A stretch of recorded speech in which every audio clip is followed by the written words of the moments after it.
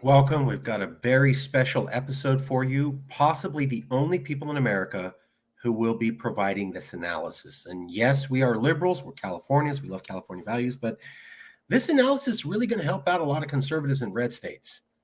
Took us about 2 days to put together. And the question I want you to ask yourself is, why was nobody else in America able to point out these facts? They made some pretty strong conclusions, which we're going to disprove all of them. We'll show you in just a second.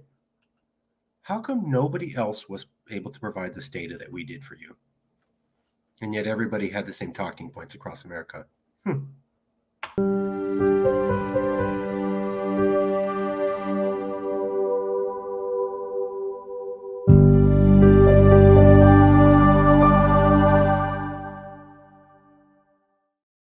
Today's episode will be about things missed, as we've routinely told you. In the discussion about secession and national divorce, we would quit if we ever had a fair discussion, a fair debate. But a lot of times people ignore facts and they cut out information like, you can't secede, it's unconstitutional. And then they won't mention Texas versus White literally says consent to the states. And that was determined by Salmon Chase, who was directly appointed by Abraham Lincoln.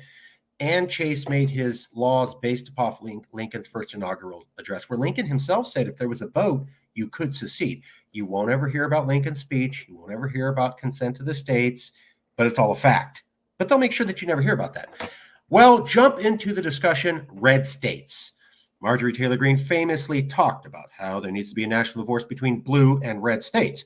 In response, many liberals and conservatives said, red states will be destroyed economically if they leave.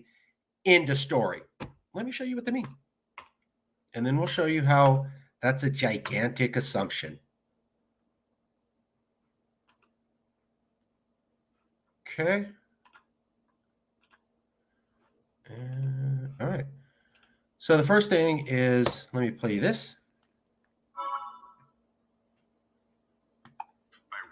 States because of, quote, culture issues. Morning Joe economic analyst Steve Ratner here with charts that show why a national divorce would not work out so well for those deep red states. Steve, good morning. What do you have for us? Good morning. Well, first of all, Marjorie Taylor Greene is not alone. There have been a number of polls. There was one in 2021 that 2/3 of Southern Republicans wanted to secede from the rest of the country. We just covered that. It's not going to work out well because when you take a look at how the balance of spending versus taxes goes across the country, what you can see here is that on the left side are the states carried by Joe Biden. The green are states in which the state paid more to Washington in taxes than it got back in other benefits. The orange, California, shaded depending upon the degree of disparity, are the states where the states got back more from Washington than they sent. And you can see on the left a lot of green on the Biden states, 9 states altogether, as a matter of fact. And on the right, the Trump states, virtually every single state except for Utah, don't ask me why Utah, got back more from Washington than it paid. And so it would not really work very well to their advantage to leave. In fact, the top states for getting a better deal from Washington are Kentucky, Mississippi, and West Virginia. So what he's talking about is donor state situation. We've talked about that extensively. California is a donor state. You can see it right there in green.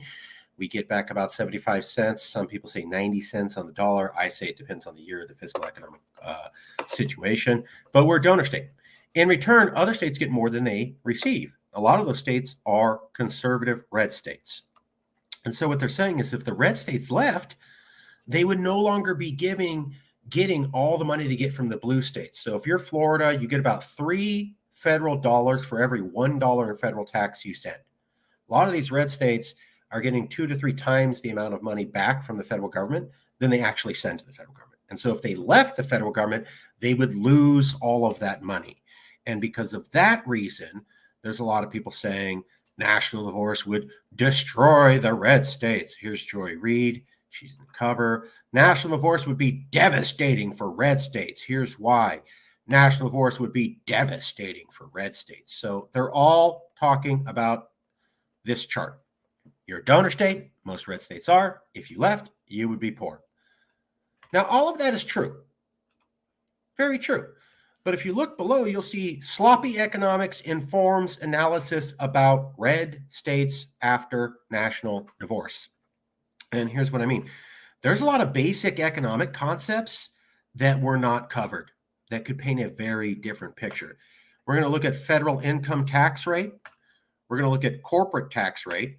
We're going to look at right to work state economic benefits. We're also going to look at Brazil as an example of a change in policies can equal massive economic growth that nobody thought you'd ever have. And we're going to look at an optimum currency area. And what you're going to find after we look at all those things is that the claim that red states will definitely economically fail if they leave America is a lie. Many things they could do to be more economically robust than America.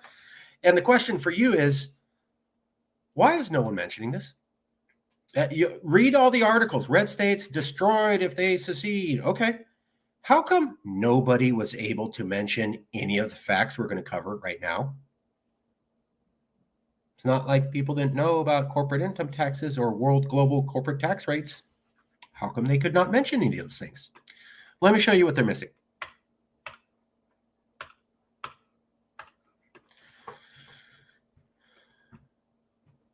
So the first thing you need to know is that Puerto Rico has a great deal. You basically don't have to pay income taxes. Tax benefits under Article 20 and 22 are very attractive for those U.S. citizens willing to be a bona fide resident of Puerto Rico. Although U.S. citizens are subject to worldwide taxation, exception for residents of Puerto Rico. So, if you live in Puerto Rico, you basically don't have to pay federal income taxes. This has resulted in a gigantic boom to the Puerto Rican economy. Let me show you.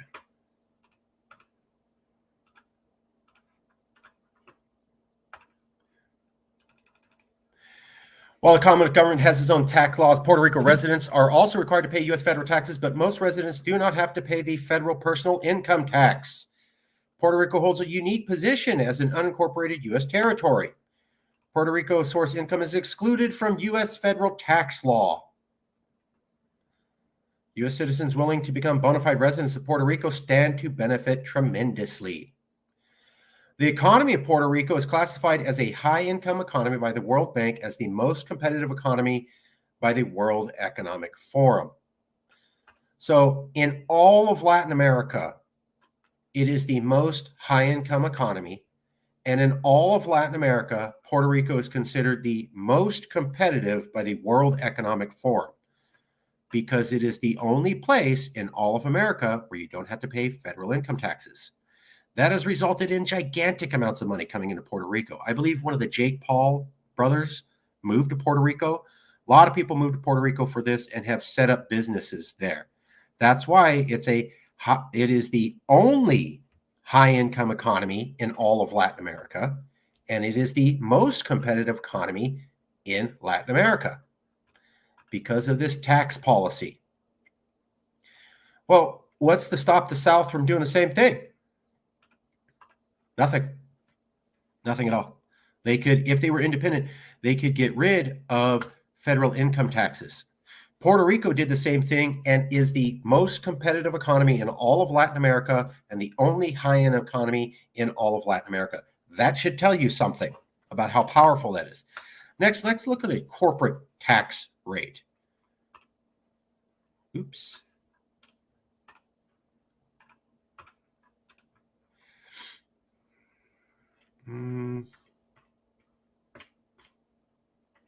Here we go. So corporate tax rates in Europe.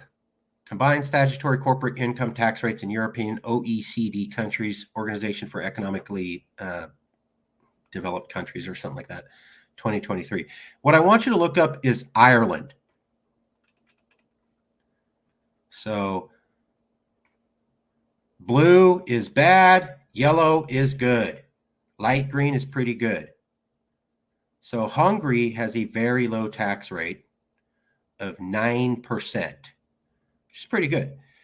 Ireland has a low tax rate of 12.5%, and it is the basically lowest in all of Europe except for Hungary. So there's Ireland. And everybody else is averaging about 20, 22, 19%. They're at 12.5%. This is why Jerry Brown flew to Ireland and said, why are California businesses headquartered in Ireland? Why is Google and Facebook headquartered in Ireland? Google and Facebook, these gigantic companies in the world, moved from California and headquartered themselves in Ireland because of the corporate tax rate. The corporate tax rate has been a gigantic boom for Ireland. It lured the top companies in California, the largest corporations in the world, over there. And as you can see, most of Europe doesn't have that great a rate. They have a green or blue. Ireland really sticks out with this light green, and then Hungary. U.S. corporate tax rates are out of line with the rest of the world, looking at 2015. So dark green to green is above world average. Blue is below world average. So if we look at this, America has a above world average global tax rate. It's kind of dark green. That means it's really above world average for global tax rates.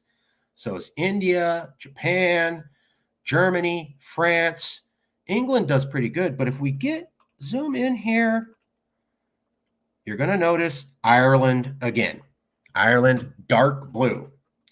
And you'll also see a couple other countries, Bosnia, I believe that's Macedonia, Turkmenistan, Uzbekistan, Kyrgyzstan, and the United Arab Emirates. But the point still holds is that Ireland has really low tax rates in comparison to the entire planet. America has horrible global tax rates. And that has resulted in a gigantic economic boom for Ireland. And I'll show you that. Here you go. Oh, this one's working. Seriously?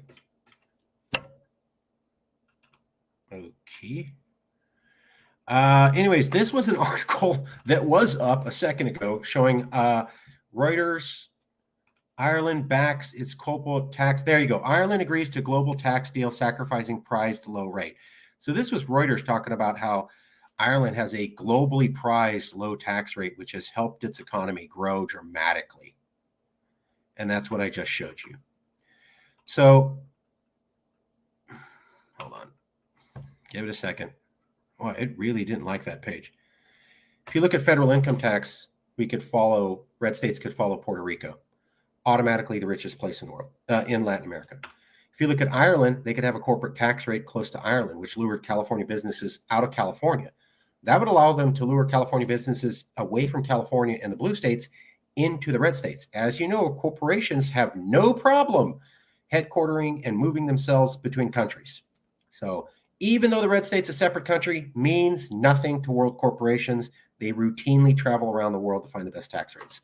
So if red states did that, if they were independent, they could have no federal income taxes and they could have a low corporate tax rate around 12%.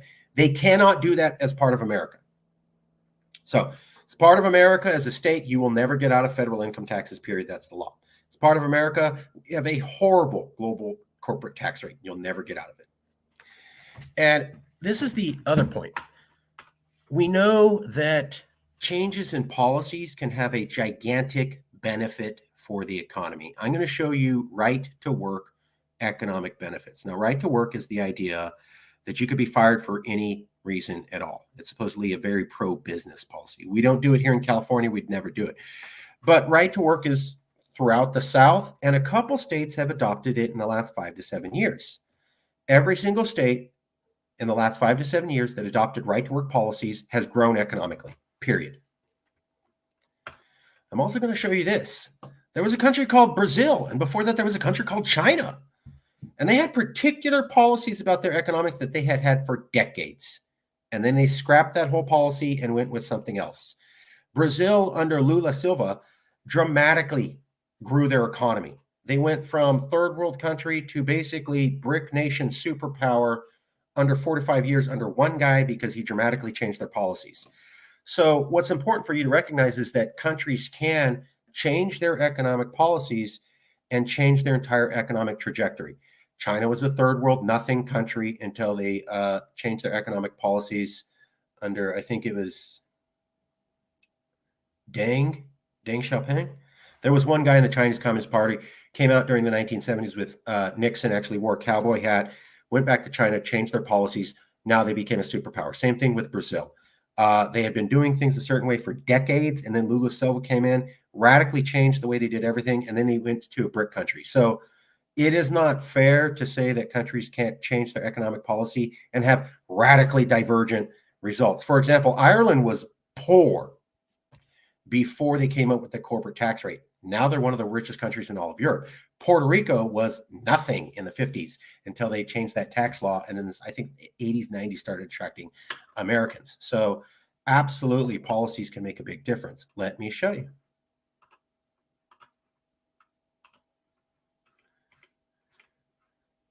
So these are right to work statistics. Now, what I want you to notice is that this is from the Tax Foundation, Gross Domestic Product, all industries in Kentucky. Actually, let me stop. Let me show you this instead. Okay.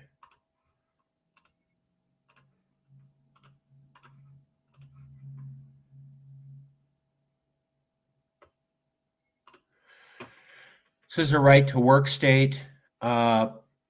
I looked at states that had recently adopted right to work. So Kentucky, West Virginia, Wisconsin, Michigan, Indiana. I did not look at Oklahoma because the data was about 20 years old, but I did look at Indiana 2012, Michigan 2013, Wisconsin 2015, West Virginia 2016, and Kentucky 2017.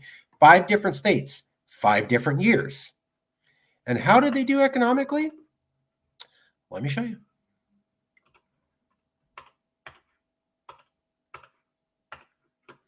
Here's Kentucky. That red line represents the year they instituted right to work policies. You'll notice that the economy only grows from that point. Let's take a look at Wisconsin. Same thing. Wisconsin, gross domestic product, all industries. It was implemented in 2015, where the red line is. The economy only grows. Same thing with Michigan. It was implemented in 2013. The economy only grows.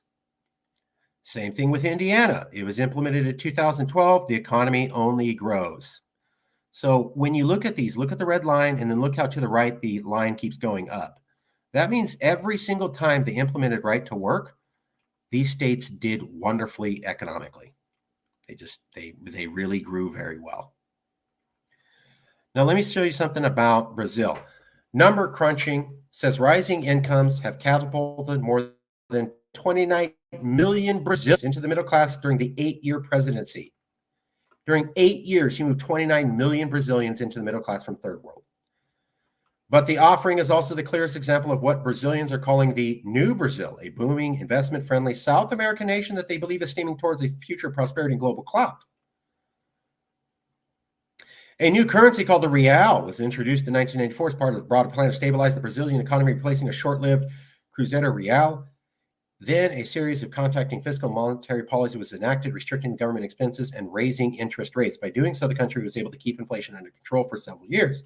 In addition, high interest rates attracted enough foreign capital to finance the current account deficit and increase the country's international reserves. The country government put on a strong focus on the management of the balance of payments, at first by setting the real at a very high exchange rate relative to the dollar. So they changed the way they did banking and money and their currency, and they got more serious about their dollar. And there's the right to work states. And what happens was 29 million Brazilians went from third world to middle class. A booming, investment-friendly South American nation popped up out of nowhere. These aren't exaggerations. This is what happened. You're just not really probably familiar with it because it's kind of old. So Lula Silva, here we go, Reuters staff in 2009. Here's an article from The Guardian. Lula Silva hails Brazil's oil-fueled 30-year boom, the biggest boom in 30 years. That came out in 2010. If it'll let me go to this other one. Here's the BBC. Lula Silva changed Brazil in 2010. So I just showed you how right-to-work policies can dramatically increase the economy. I showed you how a country can dramatically change its economic policies to make it from third world to superpower. It's possible. China did it. Brazil did it. And I showed you how you can use these mechanisms to do that. Both of these would be completely cut off if you were still part of America. The last thing I wanted to show you is something called an optimum currency area. This is part of the reason why I said California should secede. It also applies to them. So this is a map of the Federal Reserve districts. You'll notice there's 12 Federal Reserve districts. The main one is number 3 around New Jersey. And 1, 2, and 3 work closely together. Here's the problem. In 2001, the Federal Reserve set interest rates higher, which caused people to not take out as many loans as possible, and that caused a recession in California. So California was coming out of the dot-com boom. It had a big tech boom, a lot of money being invested. And then all of a sudden the Federal Reserve says, let's raise interest rates, which sucked up all the money going into the tech boom and caused an automatic recession in California. That's why the Federal Reserve Bank in California of San Francisco had to explain why the Federal Reserve does not include helping a region of the country that's in the recession. It's not one of their goals. And that's for this reason. Economic policy set here in numbers 1, 2, and 3 on the East Coast. By the time you get out to the West Coast, things could be different. You could be in a recession on the West Coast and be in an economic boom on the East Coast. They will set the economic policies for the East Coast because that's where they live. If it doesn't work for everybody else, tough. So they set the economic policies for the Federal Reserve based upon where the economy is at on the East Coast. The East Coast was going into, was having inflation. And so they raised interest rates to deal with inflation on the East Coast. California did not have inflation. California was having a boom. When they raised interest rates on the East Coast, it negatively affected the economy on the West Coast, which was completely different than the economy on the East Coast. One was having growth. One was having inflation. Let's deal with the inflation. Okay, well, you killed the growth. Okay, well, we don't care. It's not our goal to help you get out of a recession, California. We have different goals, says the Federal Reserve. And that's the concept of an optimum currency area. Frankly, the South has to deal with economic conditions set by the Federal Reserve in the Northeast. What if the South is in a recession and they need currency freed up, but the North is in inflation? The North will set the economic policy for the dollar in the entire country to be what the North needs. We will fight against inflation. And if that causes a recession in the South, tough. That's the way it works. I'm not making up. It's called optimum currency area. This was in the book about Calicut, and it was one of the main reasons why California needed to secede, because we're not dealt with fairly. Same thing with the South. If you were independent, you can set your fiscal policies to work for your economy instead of having somebody set them for you in a way that could be detrimental to your economy. If you're independent, you could have no federal income taxes. You could have the lowest corporate tax rate in the world. You could set radically different work policies and grow your economy like Brazil and China, and you wouldn't have to deal with the negative drawbacks of an optimum currency area.